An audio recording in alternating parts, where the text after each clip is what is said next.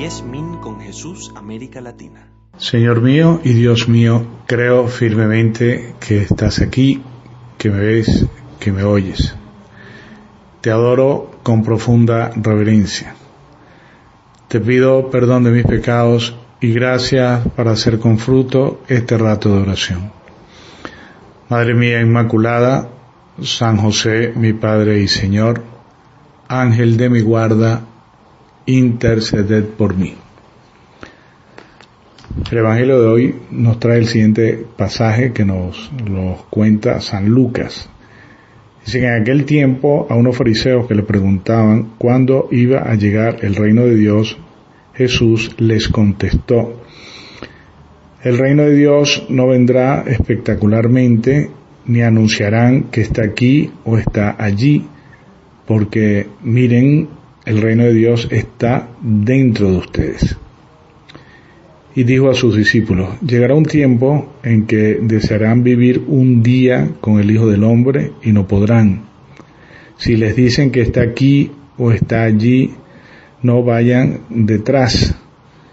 Como el fulgor del relámpago brilla de un horizonte a otro, así será el Hijo del Hombre en su día. Pero antes tiene que padecer mucho y ser reprobado por esta generación. Bien, aquí el Señor nos anuncia un poco cómo también de alguna manera era la mentalidad de la época. Los fariseos, como muchos otros judíos contemporáneos suyos, imaginaban que, bueno, el reino de Dios iba a ser como el restablecimiento de un poder así visible, ¿no? Externo, político. Tenían una concepción mesiánica un poco distinta de la espiritual. Y Jesús, en cambio, enseña que es un poder precisamente eminentemente espiritual, sobrenatural, que ya actúa desde su venida, aunque su culminación evidentemente será después de su segunda venida, al final de los tiempos, pero ya Él obra, y obra sobre todo en el interior de nosotros, de los hombres, aunque también se vea, se puede decir, externo, se vea visible, como visible es la Iglesia. El Papa Benedicto XVI una vez hablaba sobre una interpretación de una doble interpretación de este pasaje del Evangelio, ¿no? Dice que una idealista decía que el reino de los cielos no es una realidad exterior, sino algo que se encuentra en el interior del hombre, y pues que en ello hay mucho desierto, y lo que venimos diciendo. Pero también decía él que esa interpretación puede resultar insuficiente, porque también existe la interpretación de su venida, una venida inminente que afirma que el reino de Dios pues no llega lentamente, como dice el pasaje, como el fulgor de un rayo que va de un horizonte al otro, un relámpago que brilla de un horizonte a otro, de forma que se le puede observar y que irrumpe de pronto, pero que, bueno, esa interpretación pues no tiene mucho fundamento, porque el reino de Dios, bueno, se refiere más a nuestro Señor, ¿no? Cristo se refiere sobre todo a sí mismo, ¿no? Y ciertamente su venida es la instauración del reino de Dios. Él que está entre nosotros es el reino de Dios. Solo que quizás muchos todavía, lamentablemente, por culpa tuya y mía, no lo conocen. Esa proximidad del reino de la que habla Jesús y cuya proclamación es lo distintivo siempre de su mensaje, pues esa proximidad nueva reside evidentemente en Él mismo, a través de su presencia, su actividad. Dios se hace hombre en Jesucristo, entra en la historia y obra de un modo totalmente nuevo ese Dios, como lo había hecho en el Antiguo Testamento, porque lo hace a través del Espíritu Santo, ¿no?, que se mete en tu alma y en la mía, ¿no? Es un modo de obrar que jamás les pasó por la cabeza a los antiguos profetas porque es Dios que está dentro de nosotros, como dice San Pablo, somos templo del Espíritu Santo, la Trinidad entera habita en nuestra alma en gracia, un modo de estar de Dios en nosotros como nunca nadie lo había imaginado.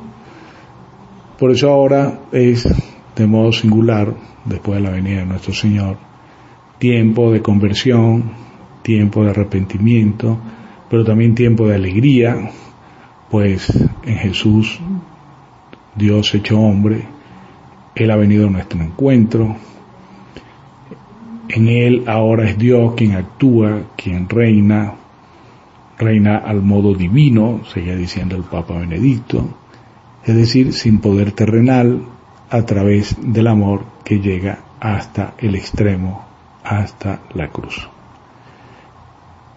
Antes tiene que padecer mucho y ser reprobado por esta generación. Bien, lo deja claro el Señor como en muchos otros pasajes.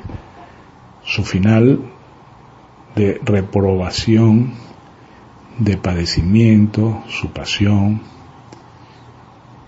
Bien, parece un poco contradictorio, pero es un modo también que nos hace entender, no solo a nosotros, las afirmaciones sobre la humildad y sobre el reino que está oculto. El Señor utiliza muchas imágenes del reino de los cielos, aquella de la semilla de mostaza, que es muy pequeña, que llega a crecer hasta anidar ahí a los pájaros del cielo, de la invitación al valor del seguimiento, que abandona todo lo demás, como aquella perla preciosa, ¿no?, escondida en el campo, que vende todo cuanto tiene y compra el campo. La harina, que se va haciendo pan por la pequeña levadura, se va fermentando.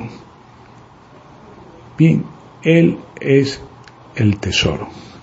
Y la comunión con Él, con Jesús, es la perla preciosa.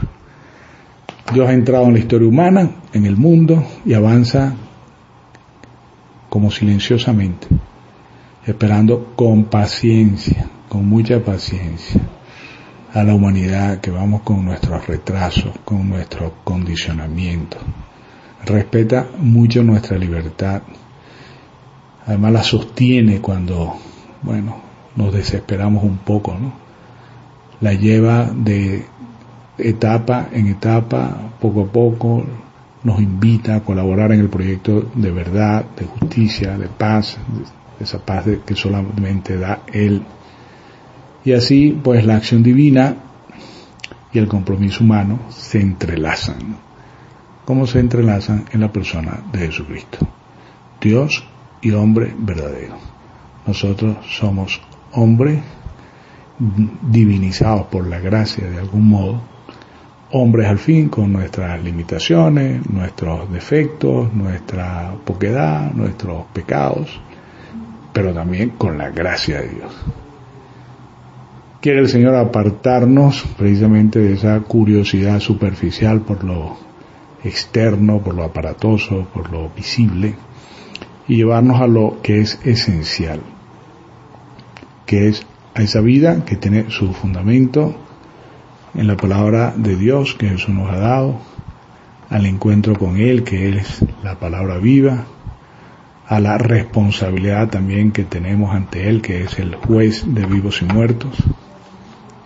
Y así, pues, desaparecerán nuestras angustias, nuestros temores, porque ese reino de Dios está en medio de nosotros en la persona de Cristo, que además se ha quedado para siempre en la Eucaristía. Cuando te acerques al Señor, decía San José María, piensa que está siempre muy cerca de ti, que está en ti, ese reino de Dios que está en ti, y lo encontrarás en tu corazón. Y allí es donde Cristo debe reinar, antes que en cualquier sitio, en nuestra alma. Se lo pedimos a nuestra Madre Santa María, que así sea. Te doy gracias, Dios mío, por los buenos propósitos, afectos, inspiraciones que me has comunicado en esta meditación. Te pido ayuda para ponerlos por obra. Madre mía Inmaculada, San José, mi Padre y Señor, Ángel de mi guarda, interceder por mí.